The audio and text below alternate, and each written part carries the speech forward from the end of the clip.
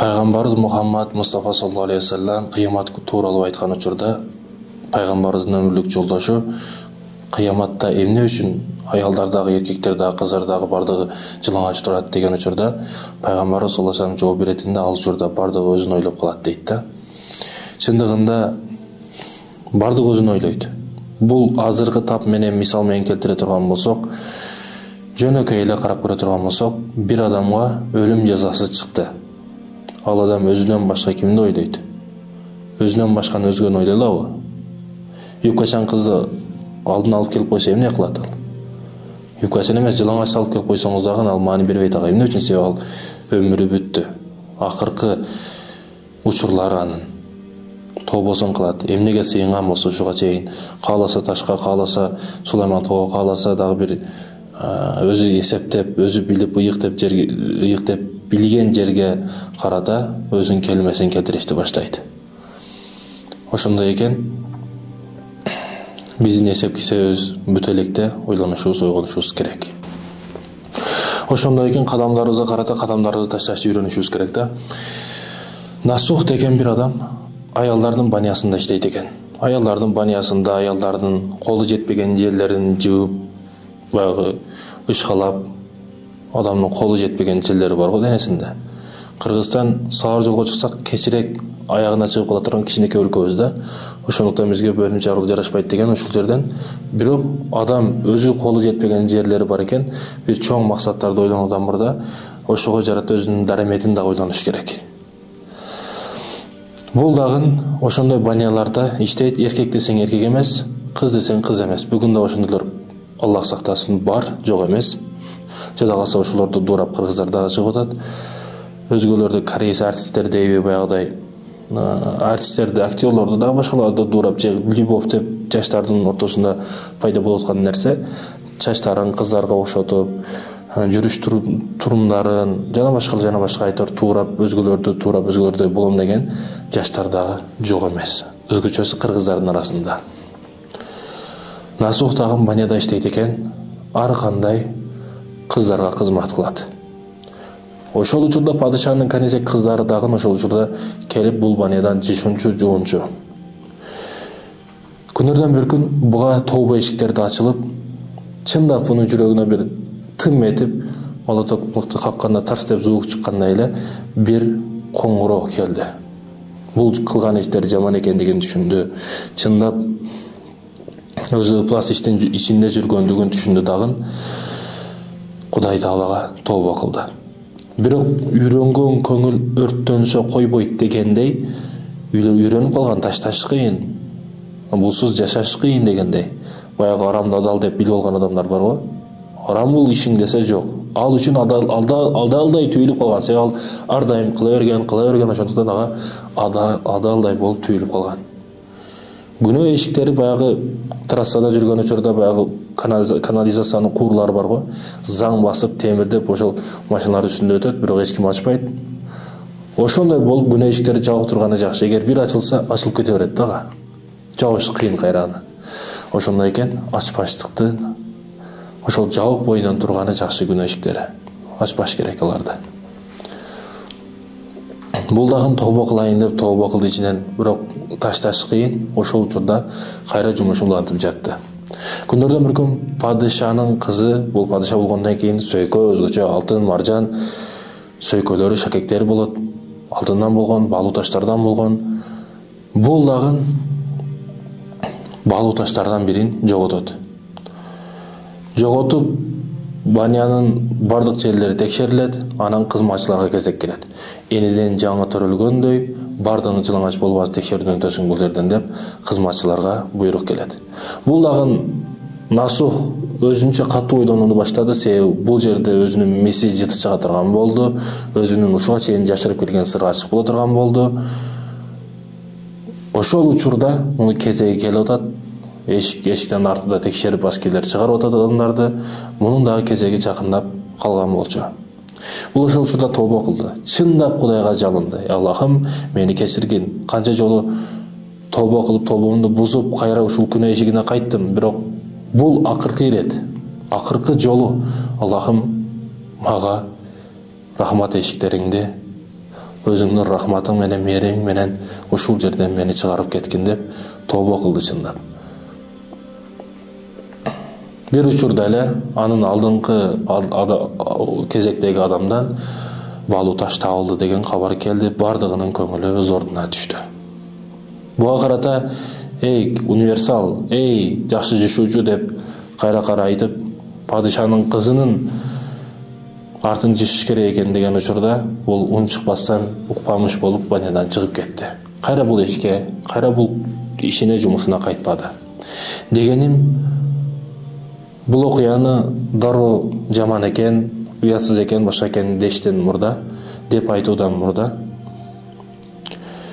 мындан алына турган бийик сабактарды ойлонушубуз керек. Эгерде бир Шахвани өзүбүздүн хырс көздөрүбүз менен карап туруп бул окуяны карасак, анда эч кандай сабак ала албайбыз.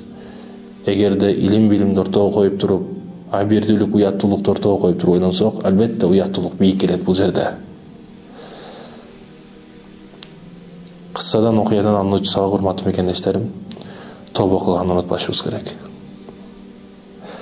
Бирөөлөр бар, Кудай кечирет деп күнөө кылып жүрө берет да. Ушул үмүт аны сындырат бир күн.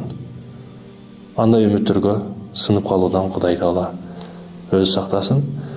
Жана ушундай үмүттөр жаш кыялкеч болуп ойлонуп жүрүүдөн Кудай Таала сактасын. Бир кысса окуя бар. Бир адам ар дайым күнөө кылат экен. Күнөөнүн ар дайым ар бир эшигине кирет экен. Бир күнөө жаңы форматы чыгып калса эле, ошону кылмайынча жүрөгү таскин таап, өз жайына түшпөйт экен. Ар дайым аялына кыянат кылып күнөө кылат. Күнөө кылган, өзү менен зына кылган кыздарга ар дайым гусул алганды үйрөтөт экен бул. Себебин сурашканда, гусул алып сооп дагы бир нерсени билбегенге үйрөтүп сооптап атам, бир жагынан күнөө кылып атам, экөө бирдей деп айтат да. Кудай сактасын, ушундай түшүнүктөгү адамдар дагы жок эмес. Доорлордо келет го алымдардан, баягы уурулук кылат. Уурулук кылып ошол түшкөн акчаны жакшылык кылат. Жамандык менен жакшылык кылмакчы да бул. Башы жамандык, бирок акыры жакшылыкка уламакчы. Өзүнүн көңүлүн, мындайча айтканда, өз ордуна түшүрүү үчүн артына кичине неме кылып коет. Бул албетте болбогон нерсе. Кылууга мүмкүн эмес нерсе.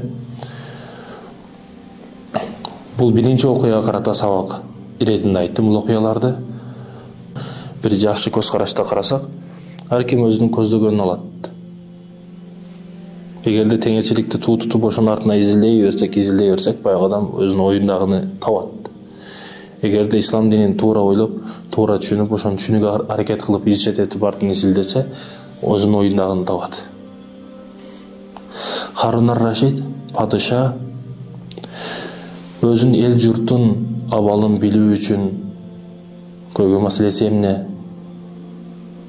Мен сени сүйөм дейт го бирөөлөр. Бирөөнү сүйүүдөн мурда аны менен чогуу жашаш керек. Жашаш дегенде кайгысына кайгырып, сүйүүсүнө сүйүнүп, күйүүтүнө чогуу күйүш керек. Ал адам менен чогуу жашаш керек демекчимин. Качан бардык карза төлөм жакшы жашап калган учурда анын жанында кут үлгүдөй болуп барбастан, анын түйшүгүнө кайгырып, жакшы күндөрүндө ошого шерик болуу, бул албетте чыныгы сүйүүнүн белгиси. 2 жаш үйлөндү, ага оорусуноо келди. Ошол оорусуноолорго эч бир тоскоолдуксуз сабыр кылып же жеңип өтүштү. Мына ушул чыныгы сүйүү. Же аларды оор кырсык сыноолор дагы экөөсүн 2 жакка бөлүп койгон жок. Экөөнүн сүйүү туруктуу болду, экөө ошол сыноолордон өттү. Демек алардын сүйүүсүн сүйүү десе болот. Пайгамбар саллаллаху алейхи ва саллям канча оор сыноолор келгенде дагы жубайы таштап кеткен жок. А бүгүн кичине ооруп, ден соолукта болуп, ооруп калып, эгер башыңа суук күн түшүп, түзөлбөй турган болсоң, 1 ай карайт, 2 ай карайт, эгер түзөлбөй турган болсоң, таштап кетиш толкурда мүмкүн.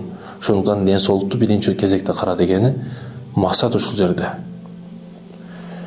Падыша дагы көйгөй маселесин, элдин тирүүлүгүн, жакшы жаман жашап жатабы, эмне кылып атат, эмне өзгөрүүлөр болот, кантип өзгөртсөм болот элимди, кантип жакшы бийиктикке чыгарсам болот деген ойлор менен элдерди кыдырат экен, жупуну кийимдерде, элдин кийимин кийип дегендей. Мал базарга кирет экен, мал базарды аралап ар кандай соода, мынчага бересиң, анчага бересиң деген, мынча тыйын, анча тыйын дегендей. Байкаса бир адам койдун баасын сурайт экен. Койдун баасын сураса, сатуучу 20 тыйын дейт. Баягы адам карап туруп, сиздин коюңуздун 14 килограмм эти, 4,5 килограмм майы бар. Мунун боло турган баасы 15 тыйын дейт. Падыша буга көп болуп, бир аскерин айтып кеткен 15 килограмм эти бар деген адамдын, 14 килограмм эти бар деген адамдын артынан жиберет. А экинчи аскерин койду сатып алууга буйрат. Сатып алып, падышачылыкка сарайга келип сойдуруп баша кылып көрсө, чындыгында айтылгандай 4,5 килограмм майы, 14 килограмм эти болуп чыгат. Дагы 2 кой алып келет, 2 койду айтканда, баягы кассапчы айтса, ошондой дагы эт, ошондой дагы май чыгат. Падыша мындан бир гана бул илимди эмес, койдун, малдын илимин эмес, башка илимдерди, дүйнөлүк, дини илимдерди сурашты баштайт.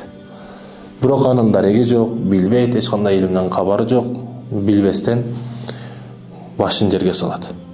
Ошол учурда ушунчалык зейниң менен, өткүр акылың менен бир койдон башка эч нерсени түшүнбөпсүң. Мекен, эл, жер, дин, илим деген нерселерге маани бербепсиң.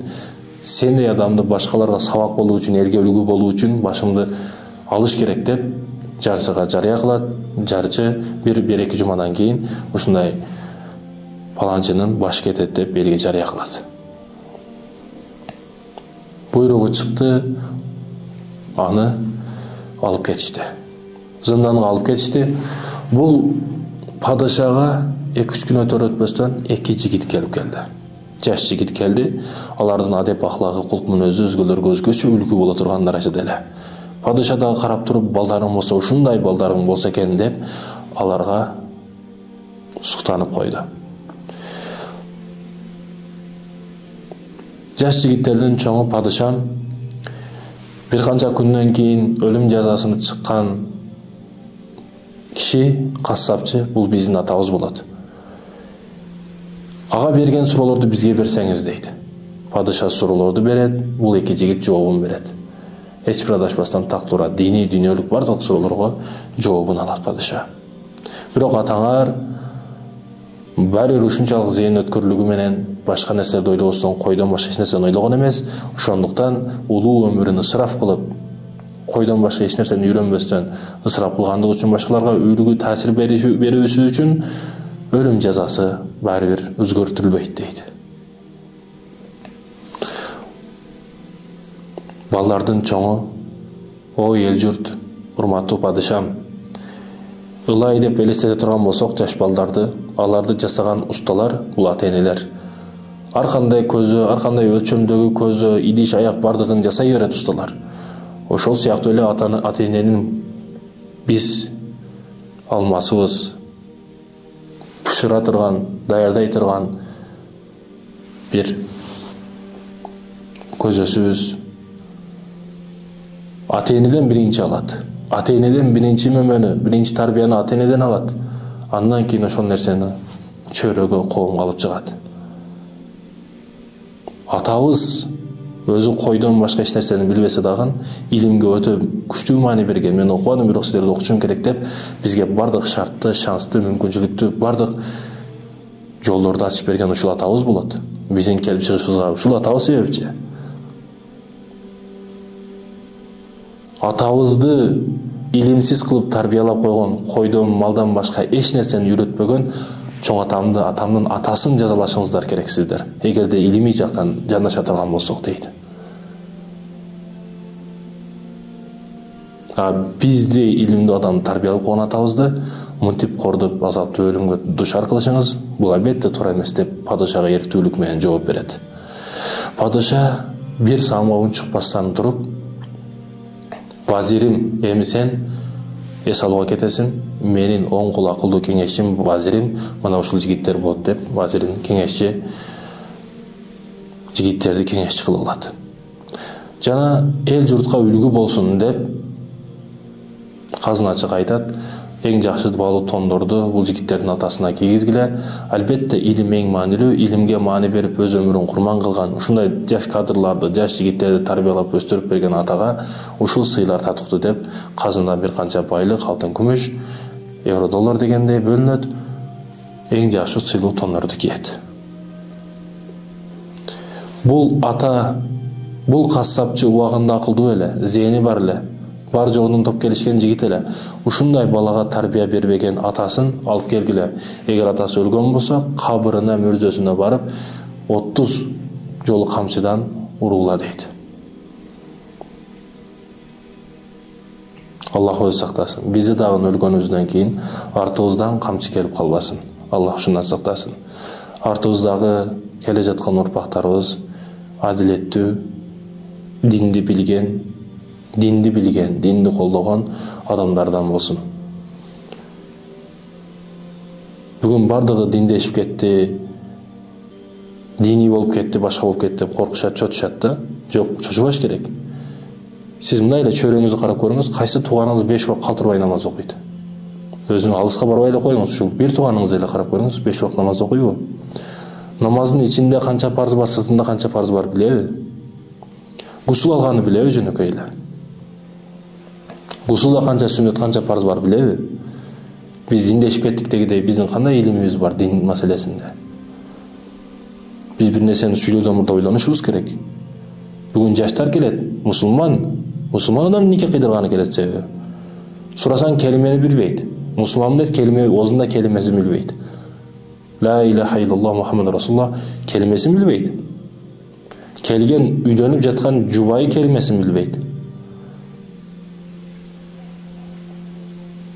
Ошол жерде кайталайсың, ошондо дагы туура кайталап бере албайт. Бүгүн ата-энеси тойкананы, жакшынакай унааларды, ашпозчу ким болот, башка бардыгын сүйлөшөт. Бирок кызга ушул маселеде тарбияны, илимди ким берет? Ал гусул алганды билбей турмушка чыгып калат. Бүгүн өнүгүп кеткен баягыдай косметика нерселери. Кыздары колдорго лайк басат экен, буттарга лайк басат экен, андан гусул өтпөйт мисалы үчүн. Чачтарга краска. Урматтуу мусулман бир туугандарым, кыздан ким сурайт мисалычы? Дин илимин, кээ бир илимдерди анык түрдө билүүбүз зарыл биздин. Анык түрдө, мисалы намаз ичиндеги сүрөлөр бул сөз түрдө билүүгө мажбурбуз биз. Ошол сыяктуу эле гусул бул нерселер өтө керек, билүүбүз зарыл буларды.